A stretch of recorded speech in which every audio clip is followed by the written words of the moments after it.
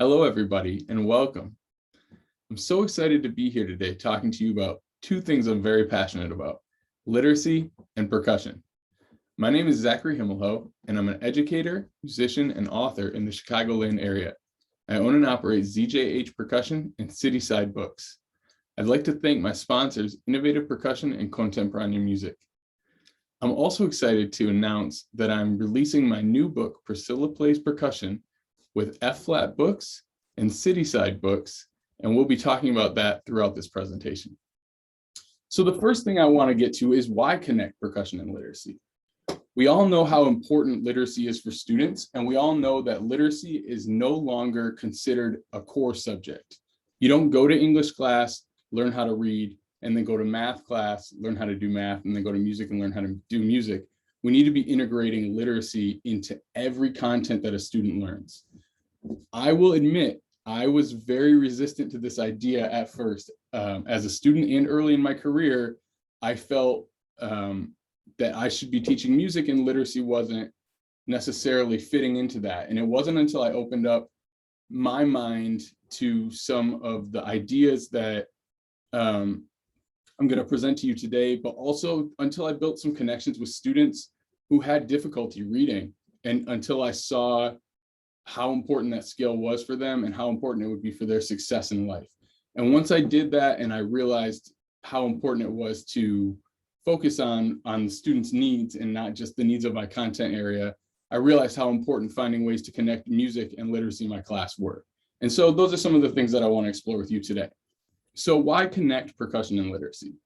We know there's a strong correlation between early participation in rhythmic experiences, speech development, and reading skills. And the ability to read begins with phonemic awareness. Phonemic awareness is this idea that every sound in the English language is unique, and the combination of those set of sounds and the way that they blend is how we form words together.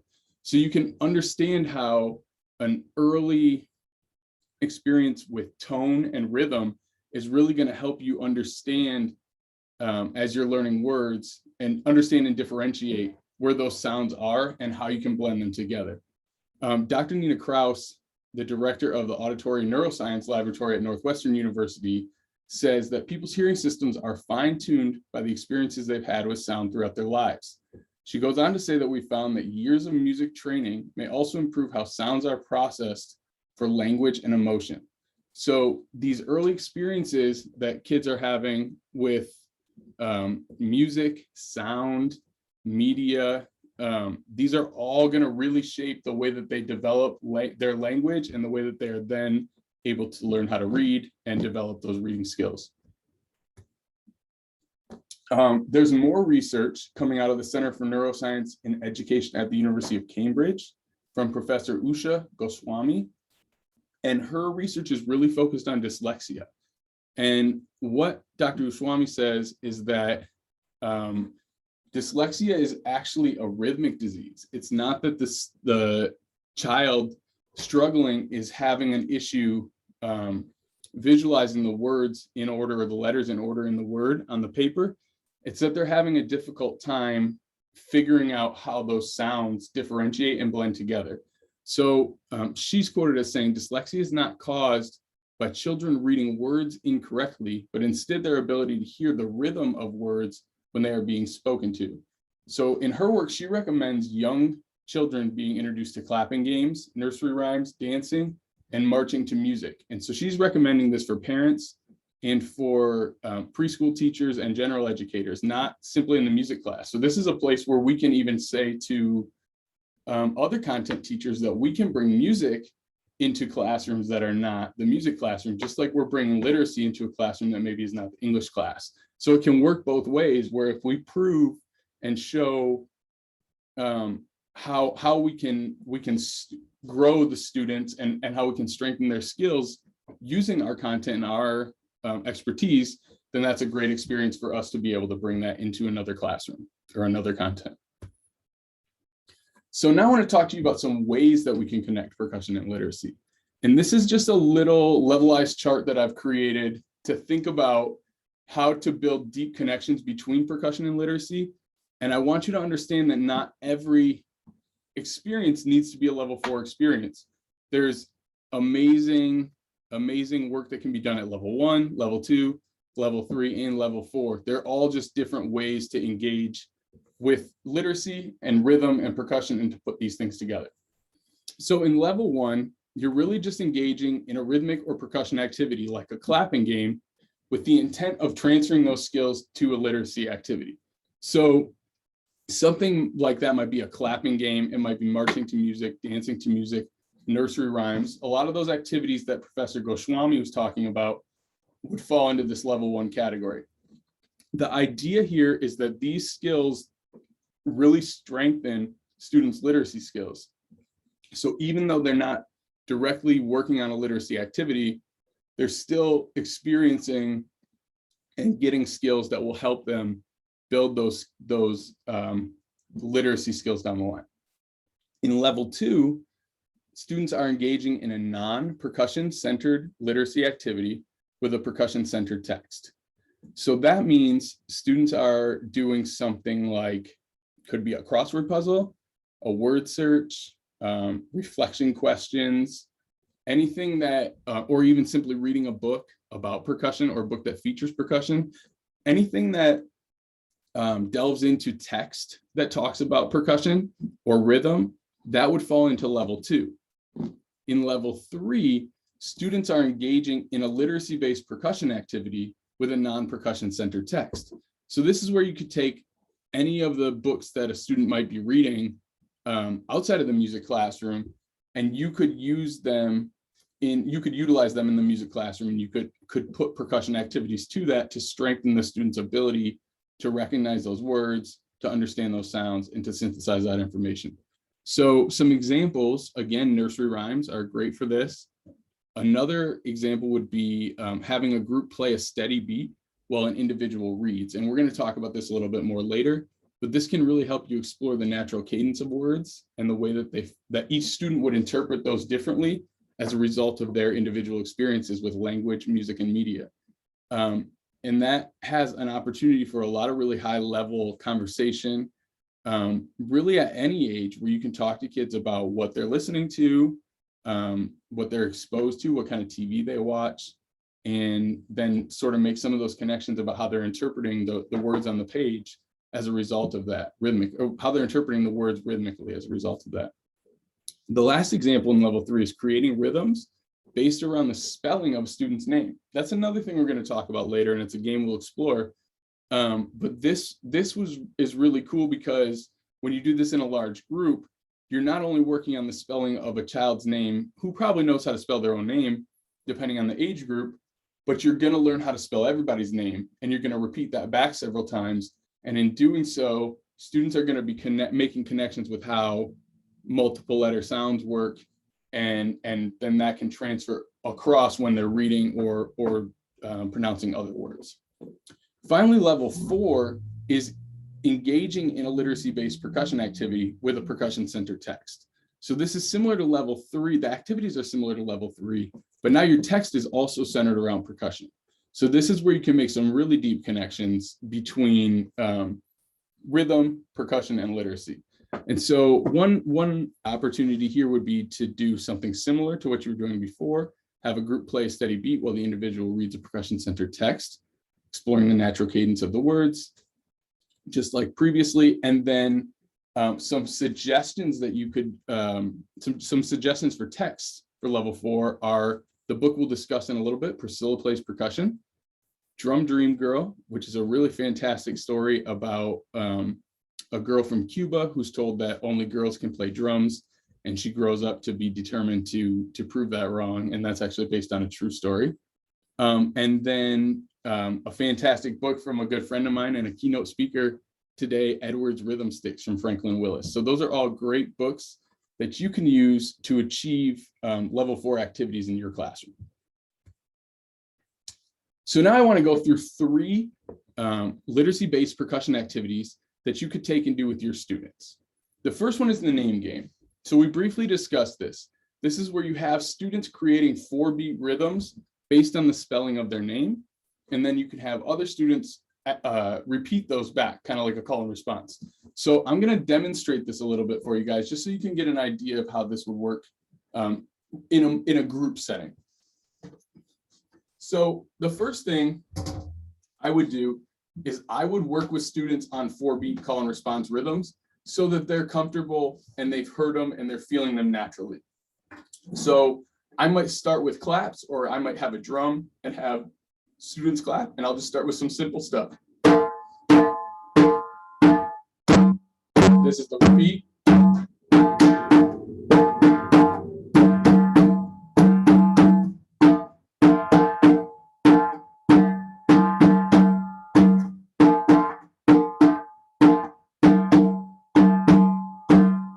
Good. Hopefully you were able to follow those rhythms with me.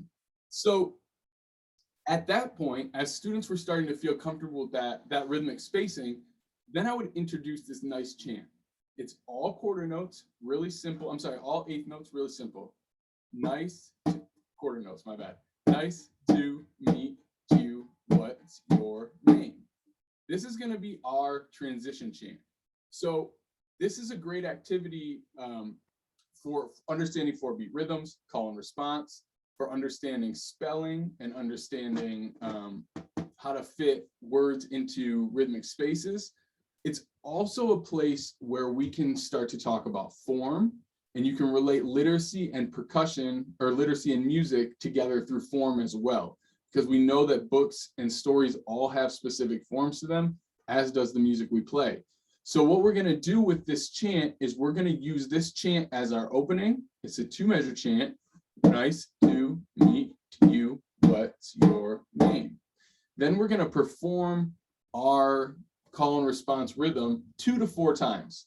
For the sake of our situation today, we'll do it 2 times, just so it doesn't last too long. But I would recommend 4 times so the students really understand the spelling of each other's names and really get that time to practice that part.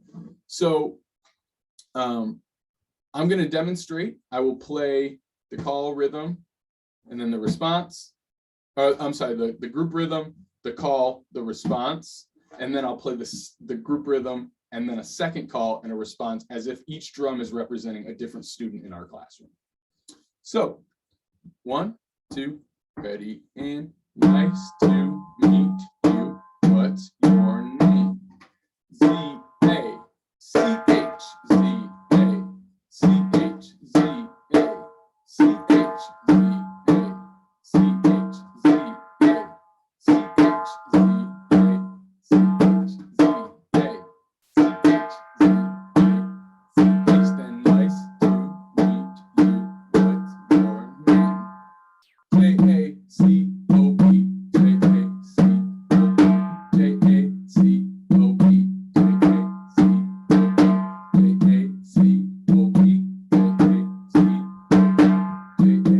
J-A-C-O-B,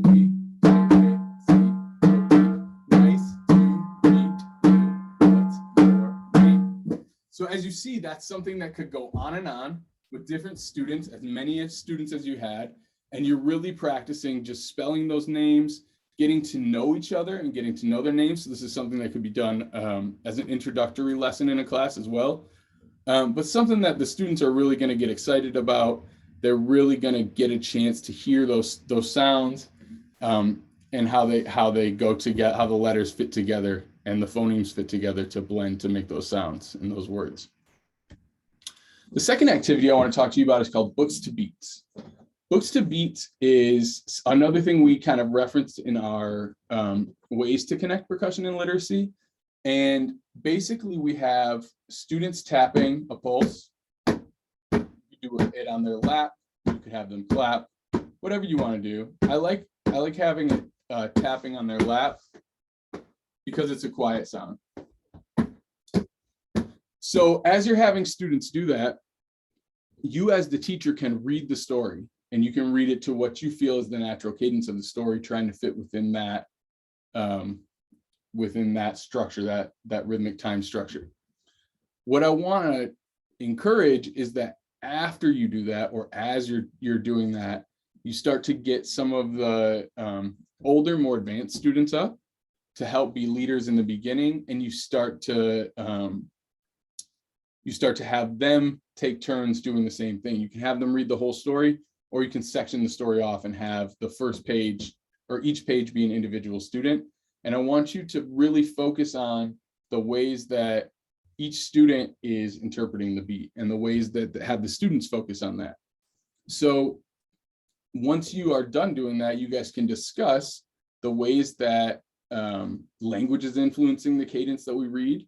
Are the students who are reading differently, do they speak differently? Do they have a natural flow to their general everyday conversational voice? Do they listen to different music? Is the style of music that they listen to affecting the way that they're reading out loud? And this is really so these are questions that can go really deep. I mean, they can be explored as much or as little as you want, but I could very much see you making charts in the classroom and even breaking out into sections where you do like a think, pair, share, and you have people in one corner who listen to one style of music and they talk about the characteristics of the music and the rhythms, and then you have other styles, and then you all talk about it and make some of those connections. So I really think that this is something that could go much deeper than just the percussion activity. But even on the surface, that percussion activity is really going to help students start to internalize a natural flow when they read, and start to see and hear what the natural flow might be of those words. The last activity is called reading around the room. Reading around the room is where you assign students, similar to before, a line or a phrase from the book, and you ask them to create a rhythm based on that line or phrase. So this is not much different than when we're as teachers, trying to get students to play difficult rhythm, and we give them a syllable or syllabic phrase to speak to help them play that rhythm. I might, for example, for the 3-2 son clave rhythm from Cuba, I usually teach students, how are you? I'm good. So having that phrase and having a rhythm built in helps them remember both the phrase and the rhythm. So that's what we're doing here. You're going to have students create their own rhythm to a phrase from the book. And you could do that in groups, or you could do that by themselves. I would work through your 4-beat rhythms here. So you can do this after you've been working on the call and response stuff, and you really have that feeling of 4-beat rhythms under your skin. And then when you're done, if you have students performing the same rhythms, if you have students performing from the same phrase in the book, you can have a discussion about how they're interpreting that phrase rhythmically differently, and kind of bring in some of those same things that we talked about previously in the last game. But you can also have each student create their own line, and you can have, or each student do a rhythm from their own line in the story, and then you can create a musical story of the book, or a musical version, of the book. So I think that would be really exciting to have a full class together reading through a story, maybe going through activity number 2, where you're all tapping the beat together, starting to feel that natural cadence. And then you all break off into groups or break off as individuals, and you create a musical version of the story. And I think that that's really going to help the students dig deeper and deeper into the book until they feel really connected with it. They'll get to know some of the themes deeper that way. And it's just a fun way to explore literacy when you're incorporating rhythm and percussion into an activity that it's not typically the way it's used. It really brings a fun energy to the classroom. So I'd like to take some time now to discuss a project I'm really excited about, and a book that we are releasing in combination with F-Flat Books and with Cityside Books. And this is a book called Priscilla Plays Percussion.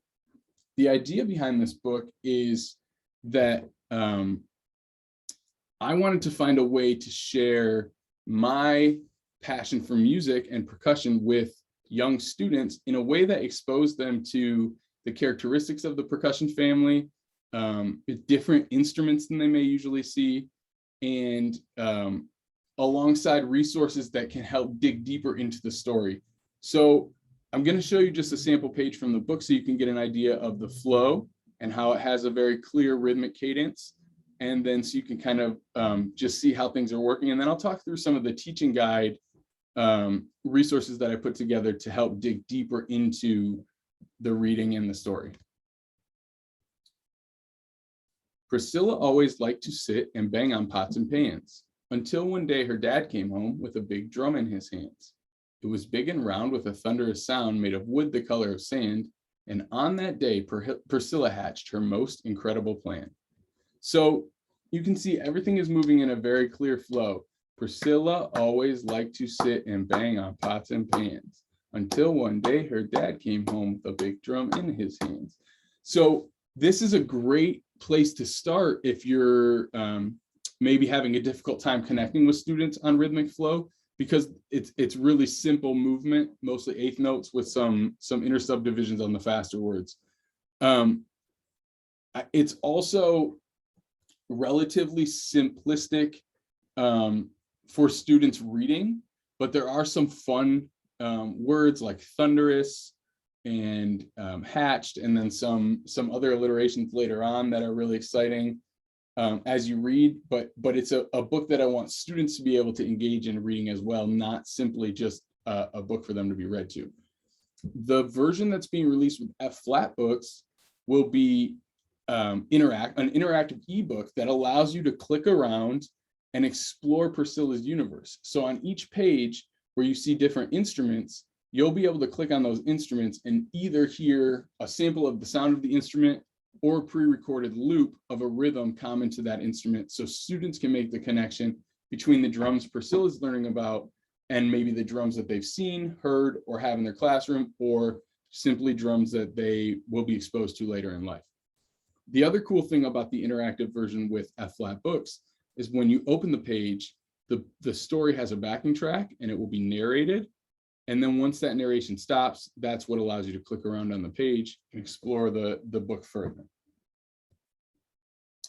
So as a supplemental resource to the book, we've created this teaching guide. And the teaching guide just kind of dives into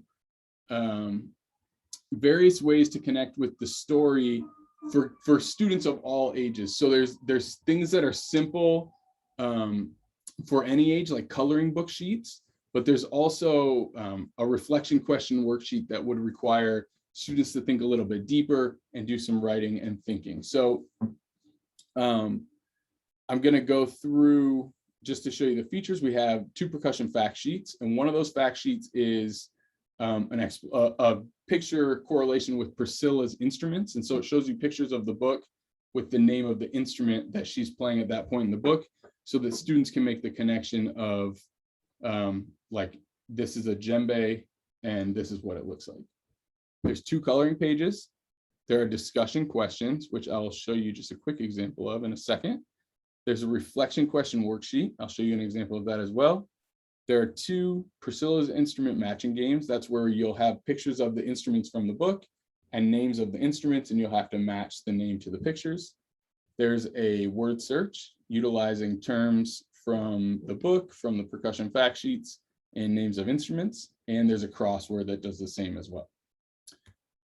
So I've kind of developed 4 themes for the book, and in the teaching guide, each theme is broken down in its own slide that has some guided questions for you to talk through with your student or with your child. And it kind of is building on social and emotional learning, building on having a sense of purpose, a sense of confidence, and a sense of exploration.